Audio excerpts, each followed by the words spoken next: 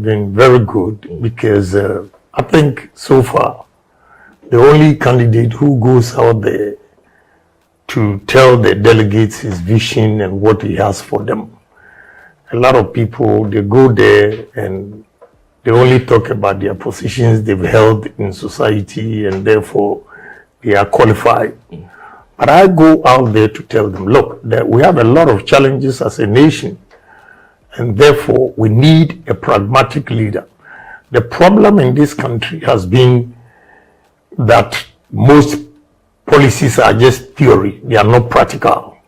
And as a businessman, I've realized that, look, most of our policies are not good for the country. We have to be practical. So I believe in pragmatic approach instead of theory. So I go there and give typical examples just close by them, but they don't know what they can do with it. I give them example. Do you know what we can use maize or corn for? And going around about 275 constituencies, except those of you who have opportunity to travel outside, that know that corn cooking oil, we can use corn as cooking oil, and it's one of the most healthiest and expensive cooking oil in the world. We grow corn or maize everywhere, even in our backyard here. But they don't know what to do with it except of banku and, porridge. Yeah, porridge and chewing, the toasted corn, the whatever. So I tell them, you can use corn for cornflakes, Cerelac. You can use corn for ethanol. And when you mix corn ethanol with our petrol, the cost of our petrol will go down by 20%. So why don't we take advantage of that? We can use corn for poultry feeds. But all these things, we are not doing and keep importing. Cassava. I have cassava plant.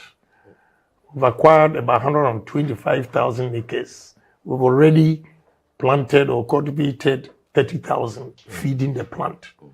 And what you can look, I always say, the youth of this country should listen to me, that cassava is more important than gold. So if we know the usage, we will not even degrade the lands because of gold. For one, we visited Thailand, a Greek ministry in Thailand. They line up the products that they use cassava for, from biscuit, tapioca, starch, ethanol, flour, a lot of things. So with my plant, do you know that the cassava we produce, the starch we produce, you use it for drugs. All pharmaceutical industries, every drug they produce, there is starch in it. So the demand all over the world is so high that if we have about 300 cassava plant companies in Ghana, we'll have demand all over the world. We can use the same cassava flour. We can use the cassava for ethanol. We can use the cassava for the tapioca, your banku you eat, agbelema, and all those things. When you put them together, we can use cassava for 40 different products. Young man, here, when you open, you can plant cassava. So I give them practical examples. We use the palm oil to produce frito oil, to produce soaps, even the byproduct of the husk. When you go to Benso, for instance, they use the husk to generate electricity, you see. But honorable, people would say we do not have the facilities, the industry, the processing factories to go through all these things. That is what I'm saying. Okay. That agric mechanization and agro-processing. Okay. Agro-processing, that's why I use my starch plant as an example. Okay. That, we got 30,000 acres to feed the plant. And my estimation, first 18 months, we should build the factory. And the same first 18 months, you cannot get cassava to plant 30,000 acres a year. It will be in batches. So 6 months, you cut it. Another 6 months, you cut it. So by the time you complete about 40,000 acres, the plant is ready to feed the factory. So we are not going to go into agric without the agro processing. Hell no, we are not going to do that. Honorable, there are people that would also argue that you have been in government for a very long time. So why did you not suggest these brilliant ideas that you have in your head to the government to actually? I have suggested several policies, but because I'm just ordinary member of parliament, when I suggest that to the committee in parliament, the minister goes out there with his technical guys and he takes the advice and nothing. Let me give you one example too. When I first came to parliament in the year 2001, we took yam, myself and my partner, our company is called Supercare. We took it to Holland, a company called Grasso. They deal in air conditioning and storage facilities. So they cooked the yam, they tested it, and they realized the starch content in the yam is the same as potatoes. So if they can store potatoes for 8 months in Europe or US, then you can store yam for 8 months. They took us to about 6 farms, and all the farms have warehouses, and they are just blowers. This air condition, it will not blow cold, it will not blow hot. The temperature that the blowers give to the stored yam makes the yam feel like it's stored in the earth. I told Kwashiga and the team when they came to Agri Committee, they didn't listen. Another example, say, why should we always import fish into this country? Because June, July, August, the bumper harvest, the fishermen will catch the fish. They have no place to store it. They throw it back into the sea. So we need cold stores. But my brother, you don't need a cold store without a blast freeze machine. You need a blast freeze machine where it will blast freeze the fish at a lower temperature, minus 41 degrees, for 24 hours. And before you move it into the cold store, minus 12, minus 14. If you cut the fish and you store it straight, put it into the cold store, it will not meet international standards. All these things I told them at the committee. Do you know what one of the technical guys said? Guy said, oh, we can smoke them. I said, Jesus Christ. They can smoke the fish. Yes. That is a safer way to and this is a technical guy advising Kwashiga, Minister of Agri. Can you imagine? So I've done a lot of things behind the scenes for us to change things. That is why I always do it for them to see that we can do it. That is one of the reasons, because based on statement that you have made before, you are not interested in political positions. That is something that we have known you for. Yes. So your decision to contest for the presidency came as a surprise, and I'm sure right now people have gotten used to it. I've realized that I cannot sit back and contribute when they don't listen. When I believe in what I'm saying. You see, I don't believe in the book. I believe in seeing it. I have been to so many countries in the world, and I've had several meetings. And let me tell you, my brother, I don't go into a meeting and talk about $50 million or 100 million. We talk billions. Companies that I've dealt with, they're always talking billions. And when they take you to the factories, their industries, for you to see what they've done, it gives me encouragement that, look, as a black man, a Ghanaian, I can also do it. So whatever I'm saying, I have seen it elsewhere that is working. That is why I believe in it. Like this steel plant that I'm building, about 8 steel plant companies in Ghana here, and they are all foreigners. So I asked myself, how can we sit here in our own country? The demand for iron rods and cement. With the cement, is only Ibrahim who has come in as a Ghanaian. Everything is foreign. So no. If Ibrahim has gone into cement, I will go into steel. And trust me, the type of machines that I have brought into this country is in the whole West Africa. In terms of production, not the land size, but in terms of production, I'm the biggest in West Africa. So I challenge myself because I've seen it elsewhere. I've been to India. I see how it works. I've been to China. I see how things work. I've been to Thailand. I've been to Europe. I've been to America, and all business. So, Honorable, in this case, it's a matter of exposure. how people that we have put in positions of power, they are not exposed to the reality outside. Young man, you've come up with a very good question. You know what? Let me tell you the gospel truth.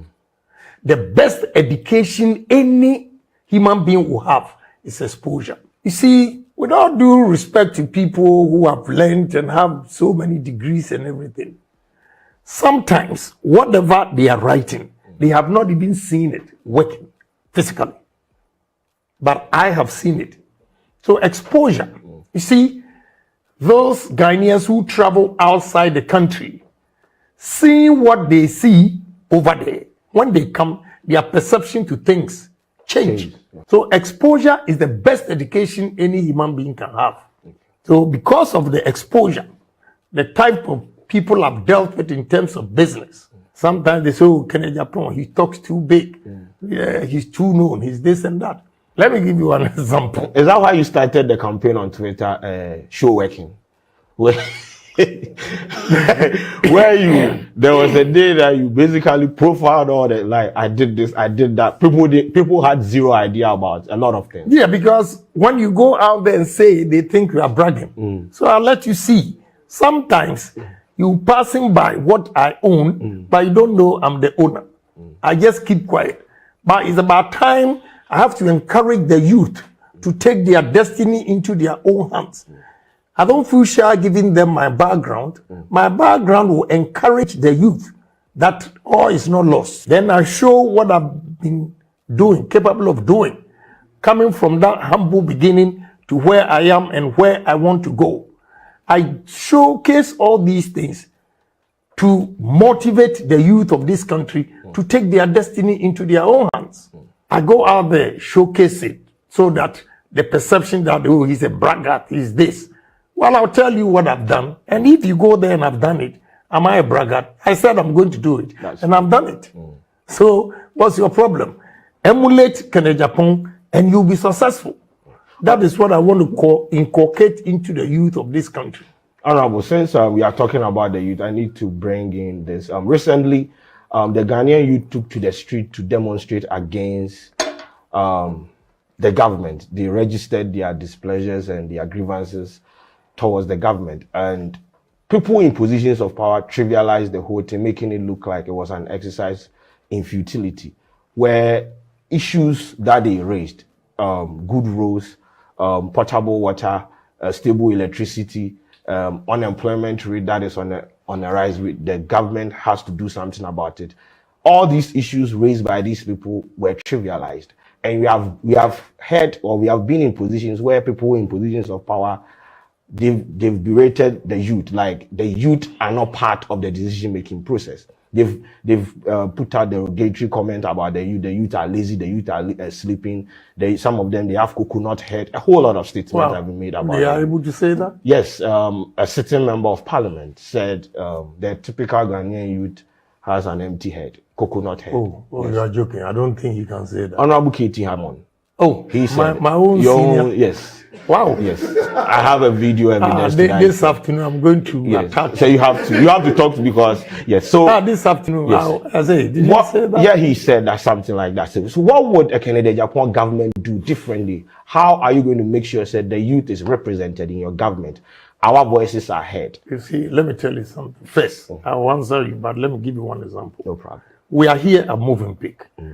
Go, just cross to the hotel itself. The passport? Yes. Yeah. And when you go there, young men and women that are leaving this country, one day I went there to take a picture, and the guy saw me and said, Honorable, we are waiting for you to come. Called, look, from January to June, I was there in June, said if I'm not exaggerating, over 1 million youth or Ghanaians have left this country. And it's a drain on our human resource. And he said to me, if you don't believe me, just walk out and look on your left and look on the right. Left are those who have gotten the visa, they're coming to pick their passport. Right are those who are now going for the interview. So I just went out and folded my arms, started going around. On the left, counting them. They didn't know I was counting, talking and counting. 9 a.m., I got 73 young men and women who have gotten a visa. They are so excited leaving this country. It has become a trend on TikTok, actually, where people transition themselves from Ghana to another country. One, our reason. Unfortunately, our tradition, our culture, we don't believe in the youth. I'll give you one example.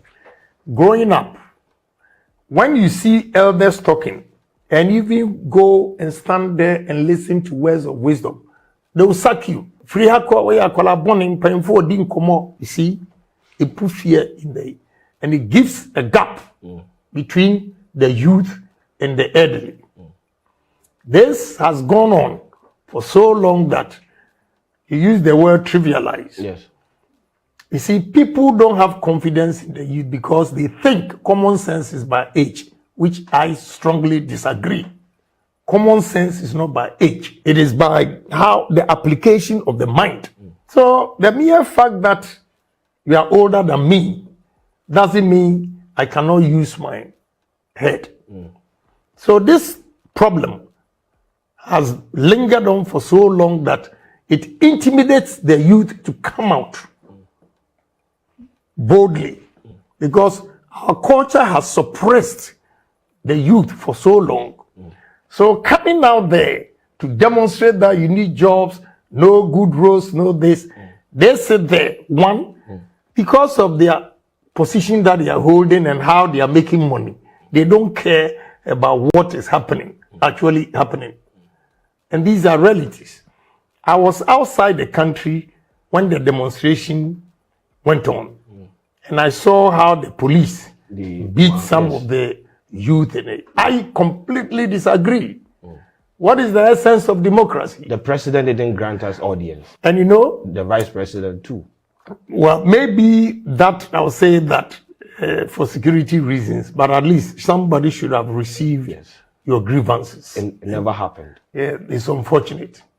Now, we preach democracy.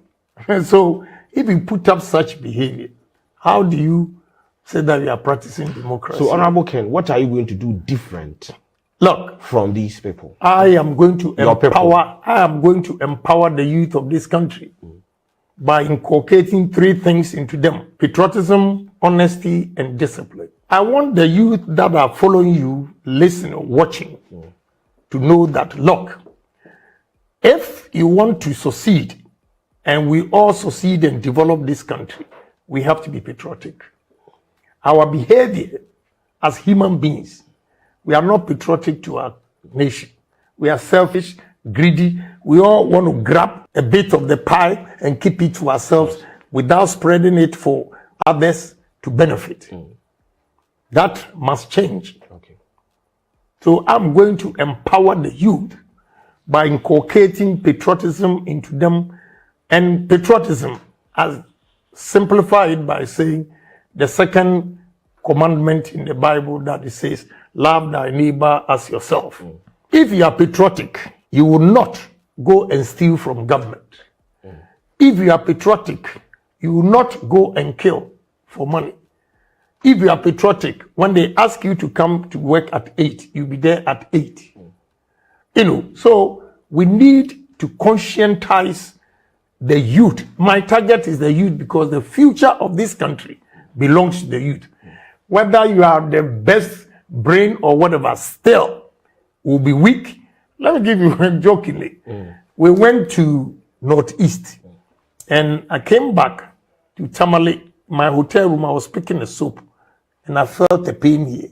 My brother, for the past 6 days, the way I've been suffering from my waist. Sorry. It tells you that, hey, you are aging. Yeah. I mean, burning to pick a cry, you have a pain. So if you don't encourage the youth to take over, emulate you and take over from you, and you always want to suppress them, then what country are we building? Then it means the future of this country is bleak. If the future of the youth is bleak, the future of the country is also bleak. So we should empower the youth by giving them good advice. I use my son as an example. Just recently, I got to know that at one point, he told his friends that he's not sure I'm the father. Yeah, because I didn't let him get away. Oh, okay. I've heard that story. Yeah, I didn't let him get away. And now the things that he's doing, Yeah. because I inculcated discipline into him. And now your media engagement and all those things, he pays for it. I don't pay anything. And he comes, tapping my shoulder. It's sorted. Yeah, it's sorted. It's sorted.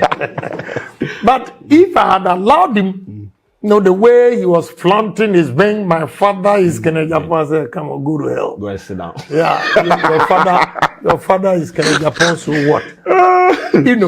So this, if I've been able to change my son, I have the confidence that I can use him as an example to change a lot of, or most of the youth, so that they can work. Again, honesty. I want you to listen to me. Honesty is key to success. If you want to succeed in life, in your dealings with every individual, you have to be honest. If you are honest, let me tell you, young men, I always joke and say, even when you are sleeping with your wife, somebody will call you and say, look, your money is ready. But if you are dishonest, no call in the morning to tell you that your money is ready, because the economy or the size of this country is so small. When we are dealing with businessmen who have a stake in our economy to develop, they know each other. So if you come and dupe me and dupe you and dupe me, you can dupe three. And these three of us will go spreading your name negatively, and it will affect you. Eventually, you see that it's a small world. Nobody will be willing to deal with you. But if you are honest in dealing with me, I recommend him. You recommend him. You recommend him. That is how you grow your business. That is why foreigners have taken over our country. The level of dishonesty is too much. And we have to inculcate honesty into ourselves. Not only the youth, but my target is the youth, because we are weak. And you have the energy to take over from us. So what we have done wrong, we have to let you know that this kind of lifestyle will not help you. Honorable, is that why you said the national service, you are going to, when you come into power, the national service is going to be 6 months in the military and 6 months in working wherever you want to work. Now, I have argued that if you want to curb indiscipline, or you want to instill discipline into the Ghanaian, first of all, indiscipline has eaten deep into our fabric. So let's take it from the political side. We've seen instances where a politician in parliament, went to take ballot box, was running away, they were throwing hands, a whole lot of issues. These are people that we look up to. So if we are trying to curb indiscipline, and we are starting from the youth, like you are targeting the youth, say, okay, go into the military, spend 6 months in the military, and when you come out, you're supposed to be disciplined. But the people up there that we look up to, they are indisciplined. What is the end game here, Honorable? Let me tell you. Okay. Going into military, it is not only to be disciplined. Okay. No. I want, the discipline is number one. You go in there, you learn a trade. When you see Ghana Armed Forces, like all professions are there. Okay. We only need to empower the different agencies over there, or the battalions, so that when we ask the youth, the national service to go in, maybe by the time you come, the engineer, whatever they call them, if you're a civil engineer, you even decide to set up your own business and not rely on only government for roads and whatever. So training. Yeah, training. And I ask, or I've decided to let the youth who come out of college to go to military, one, because I've been going around, and the national service, you see somebody who has graduated with first class or second class in administration. You go to Ghana Gas, for instance, she's at the reception, and the reception is so archaic. They have a long book. You come, you write your name, and you go. What knowledge is he getting from there? You see, so it's one. The way we do the placement, we don't help the students to, get experience from whatever knowledge they've acquired in universities. Yeah, in the universities. So some will go to military, some will go to the agric. Then 6 months you change. But the discipline is key. Okay. When you come back, I'm targeting the youth. You gave example Yes. of the MPs. Yes. They are not role models, as you say. They are supposed to be role models. Yeah, but that behavior, you are saying that you have concluded they are not role models. Because these are people we look at. Imagine looking at your MP fighting in parliament. Right. So I am coming back to tell you, forget about the MP. That's the way forward. If you want to succeed like in Agyapong, forget about the MP who took the ballot box. If you are disciplined, you're going to make money. You'll be happy for the rest of your life. So I'm saying that if certain age, we've lost it, we don't want to lose the youth. We don't. So if we inculcate all these disciplines and every opportunities created for you, you might not go to parliament and fight again. If you are a member of parliament. But don't you think we have to do something? So in discipline cuts across. We are talking about corruption. We are talking about a whole lot of things. My focus is the youth. Okay. My focus is the youth because we are passing out. You are coming in. What is wasted? We are passing out and we've wasted a lot of things that did not help the country. So those passing, coming in, we have to make sure we correct the wrongs or our mistakes. We use that to educate them. That is why I'm saying the youth, the youth, the youth.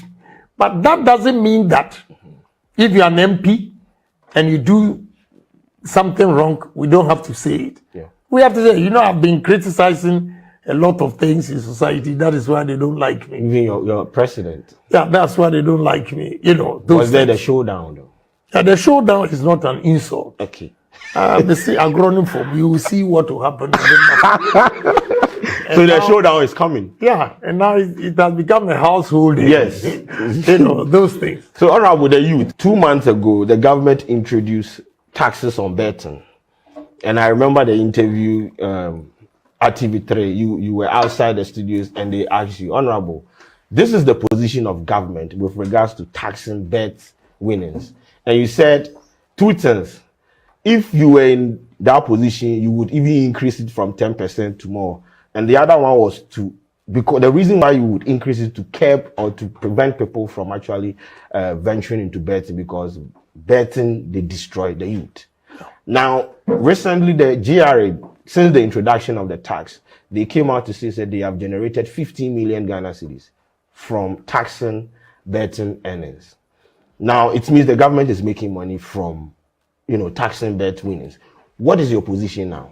Are we increasing it or we Let me tell you. Okay. So I need. It's unfortunate. All the good things I said that day on TV3, when I said I will increase the taxes to discourage the youth, even the condition I gave, they didn't bring it. So you media guys, you have to be careful. Your reportage can destroy this country. I said, now I'm not in a position to do A, B, C, D because of unemployment. So we need to create employment opportunities for the youth. Then you slap higher tariffs on betting to discourage these young men and women going into betting. I still maintain that. You still maintain? Yes. Because let me tell you, a young man like you, I ask you one question. Why did you decide to do this and have all these followers? Hold on. If you had spent all your time at the gaming, whatever, just for betting, do you think they will call you to come and interview Honorable Agyapong? I don't think so. Case closed. So you have answered my question. The reason why I've engaged a lot of them online, and what they are saying is the betting companies are providing more jobs than the government. It's fallacy. Now let me tell you, if you know, you don't know, I'm in charge of that. Okay. I'm the chairman for Defense, Interior, and national security. Okay. And gaming is under interior. I know what I'm talking about. But my brother, you remember me tomorrow. Sample opinion. Take 5 people from here who will follow your footsteps. And take 5 people who will always go to the gaming, whatever, giving excuse that they're creating jobs. And see the progression of the two. I will never lie to any youth that is coming up to go into betting and all those things. No. So it's a no for you? Yeah. But before I can say no, I have to create job opportunities. That's what I'm saying. Job opportunities. And that is what I said. But you see, that young man, very controversial because I met him in Koforibia. He asked a controversial question. They were trying to put him as I say, allow him to it. He was diabolic when he asked me that question. And I said, because of unemployment, I'm not able to do A, B, C, D. But if I create job opportunities for the youth, I'll slap higher tariffs to discourage you from. But look, you see, you are young today and you think you are making money. After all, how much money do they make? How much? And don't forget, I don't hate foreign investors. But the money is going to Lebanese, Indians, and all those things. What is wrong with that? I'll be bold. I'm not scared of any youth. Because I'll teach you sense just like I teach my son. Yeah. Why do I want my son to succeed and I want you to fail? Then I'm doing a disservice to the nation. So what will make you shape up, I will tell you. But these fingers, you see, they are not the same. It means my message, not everybody will take it. Those who will not take it will be the shortest. Those who will take it will be the tallest finger here.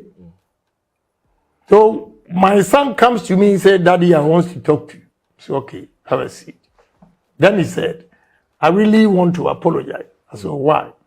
Say, no, if I had listened to you earlier, I would have made a lot of money. I said, no, you are wrong. You are wrong in the sense that when I advised you and you didn't take it, you went there, experienced it, you hit the wall. Now you realize your father is making sense. If you had listened to my advice all the time, you would think that you've left something behind that you didn't explore. You get my point? So you always want to go back. But now you went out there and you've seen that what my father is saying, I have to listen. That alone is a correction. And now he's doing very well. With this Afrochella, he's exporting fish, selling shea butter and all those things. He's now jack of all trades.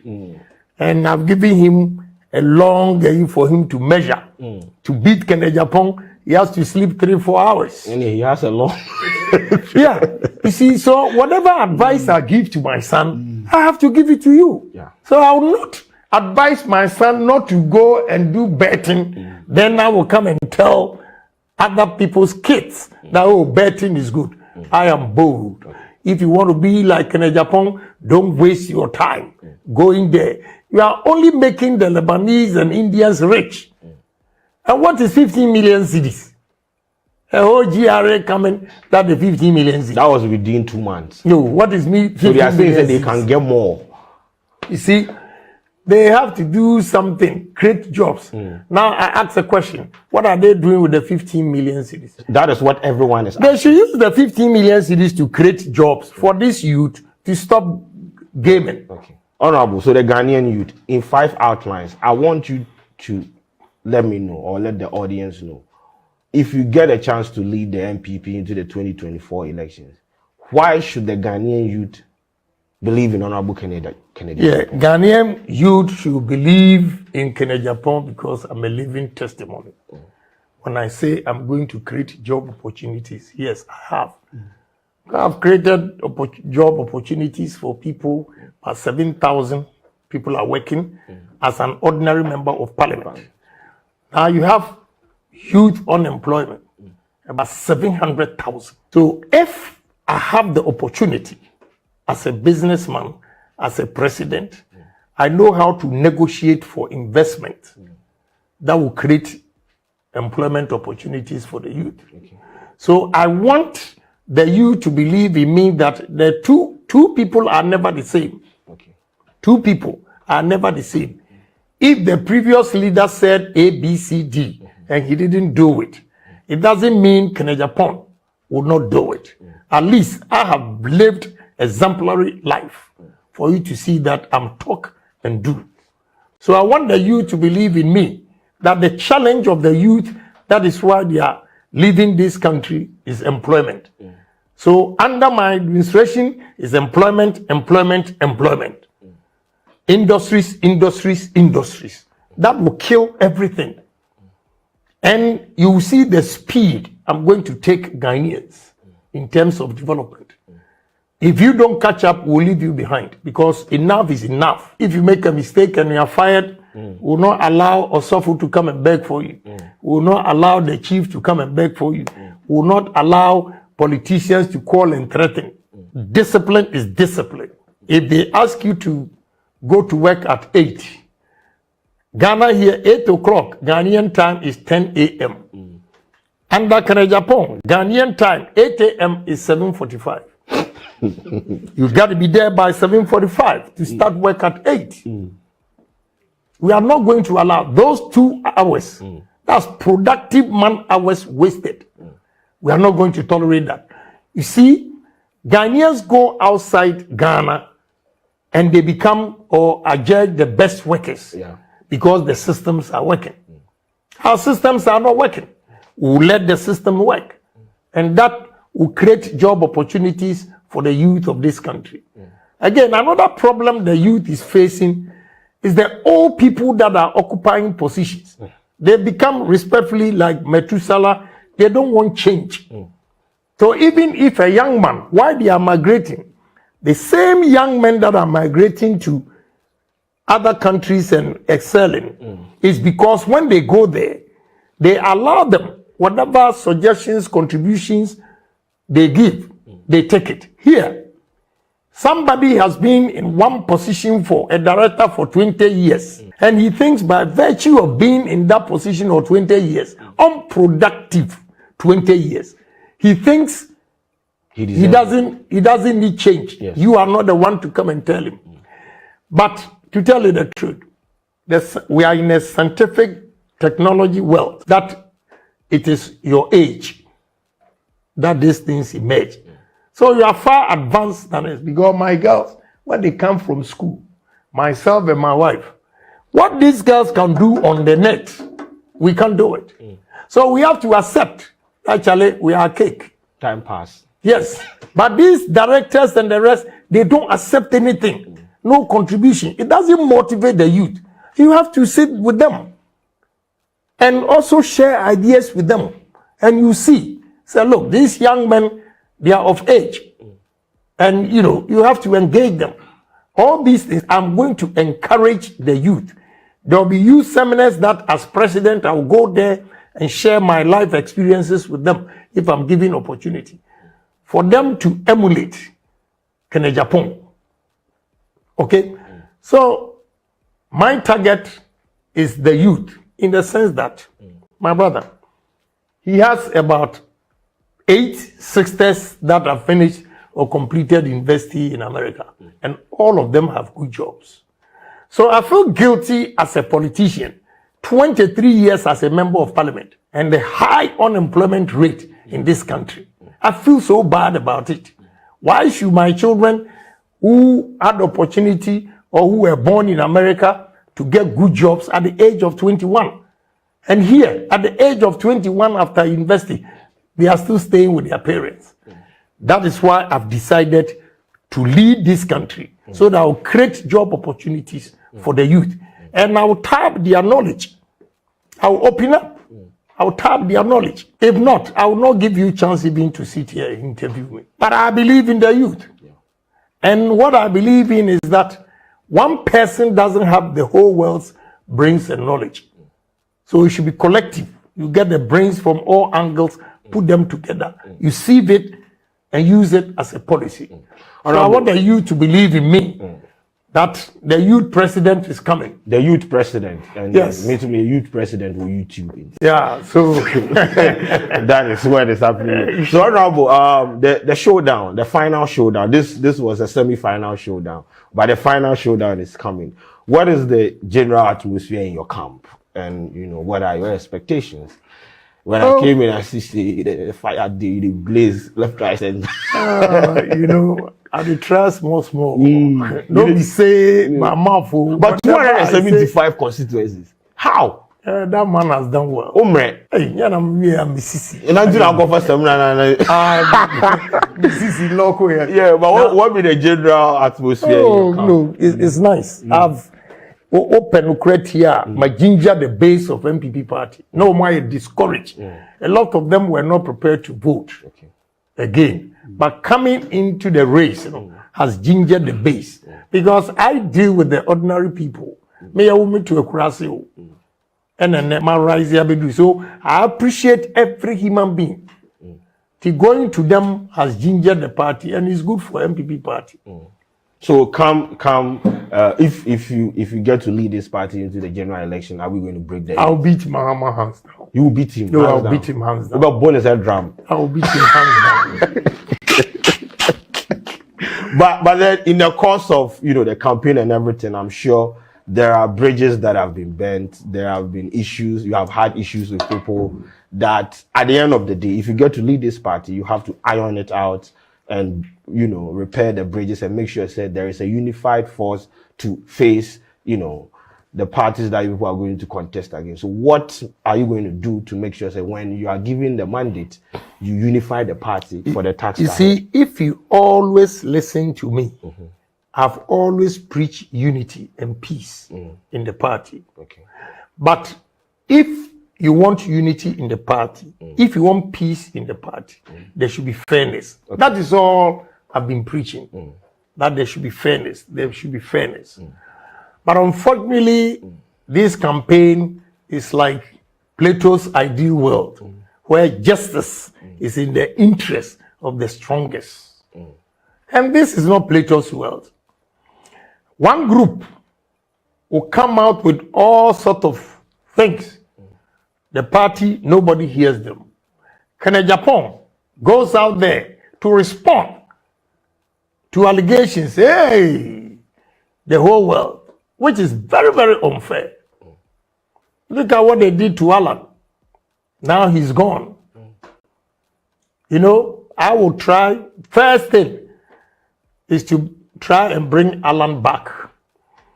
Then second, if I have offended anybody, I apologize. And now when they also apologize, I accept it. So then we move. It has the to be party. Reciprocal. You apologize, they apologize. Yeah, they have to if apologize. They don't.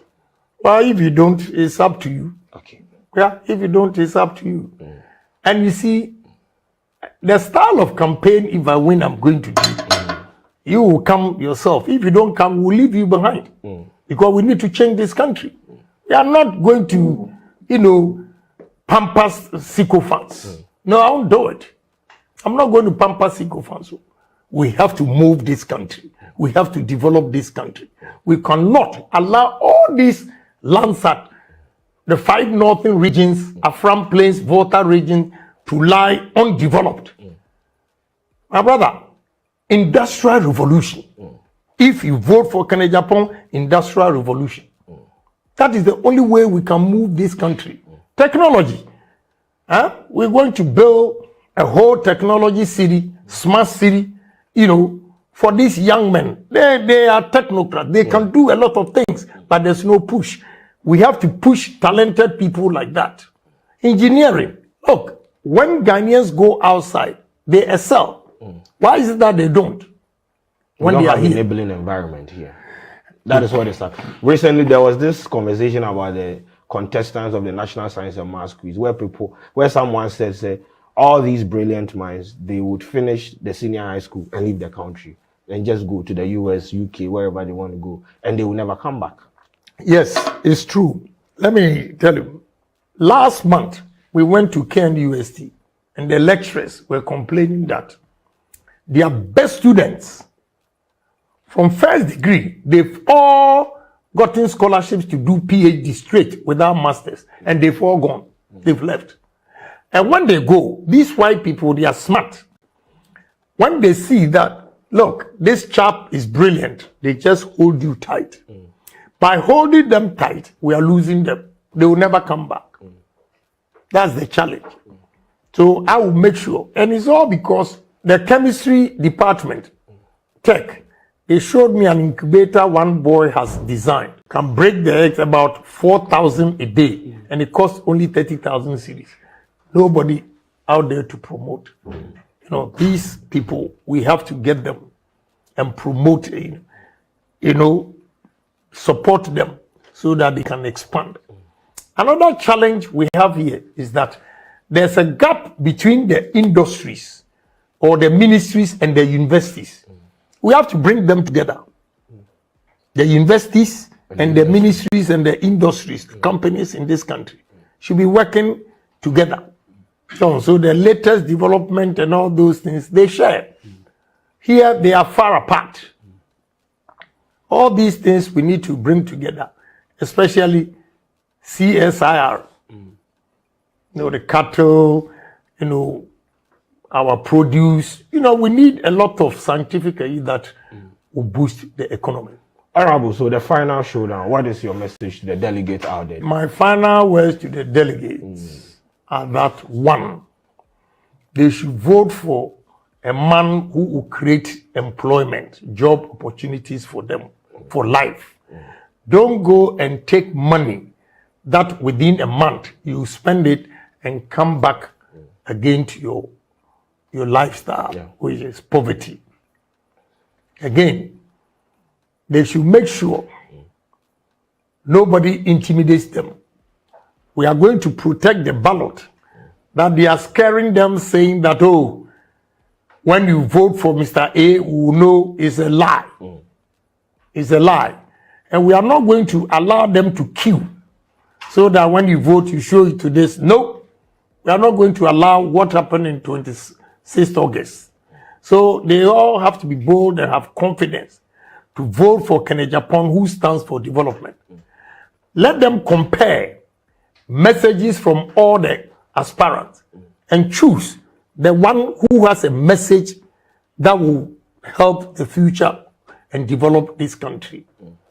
Again, I am begging them, look, the super delegates, they took 100,000, 150,000 Navara pickups, Land Cruiser Prados, and the rest. So if they come to you and say that take 2,000 cedis, they cannot give 2,000. But even if they give that, they've insulted you because you have the same votes. So they have to match up with what they give to if they give them 100,000, I allow them to vote for them. Are you not encouraging politics of monetary inducement? I am rather discouraging. Okay. Because I'm saying that don't vote because of money. Because they've given some people 100,000, some people got cars. In Central region, in Ashanti region, they can't, like even in Greater Accra here. And they will come to you and give you 2,000 cedis. So I'm rather discouraging them because they can pay 100,000. Okay. If they can pay 100,000, it means you should vote for development. Who will develop you is Agyapong, who will create employment for your children. So vote for development. Don't vote for today's money that will not last even for a month. Thank you. Ladies and gentlemen, beautiful conversation with Honorable Kennedy Agyapong. The final showdown is coming, and his message is clear and very simple. Make your decision as well, however you will make them. Our job here is done. Honorable, good luck, and may God bless you for granting us this interview. Thank you very much. I hope you will say everything that I've said as it is. Everything is going out. Because sometimes the way you guys report. I watched. About 6 of your interviews, and you were always saying the media will destroy. Yeah, they will destroy the country. Okay. Yeah. Because an example is when I went to Yana, one radio station reported that the way Yana lambasted me and everything, it was never true. Until his office issued a statement. So the media has not been fair to you? Well, But I will always speak the truth. Have you been fair to the media, though? Yes. Okay.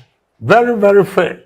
Because I own media, so why not? But it doesn't mean that if what you are saying is not true, I should allow it to pass. Thank you very much for this interview. We do appreciate it. And God bless you. Thank you. Good luck. The Thank final we will be watching the final showdown. I'll give them showdown.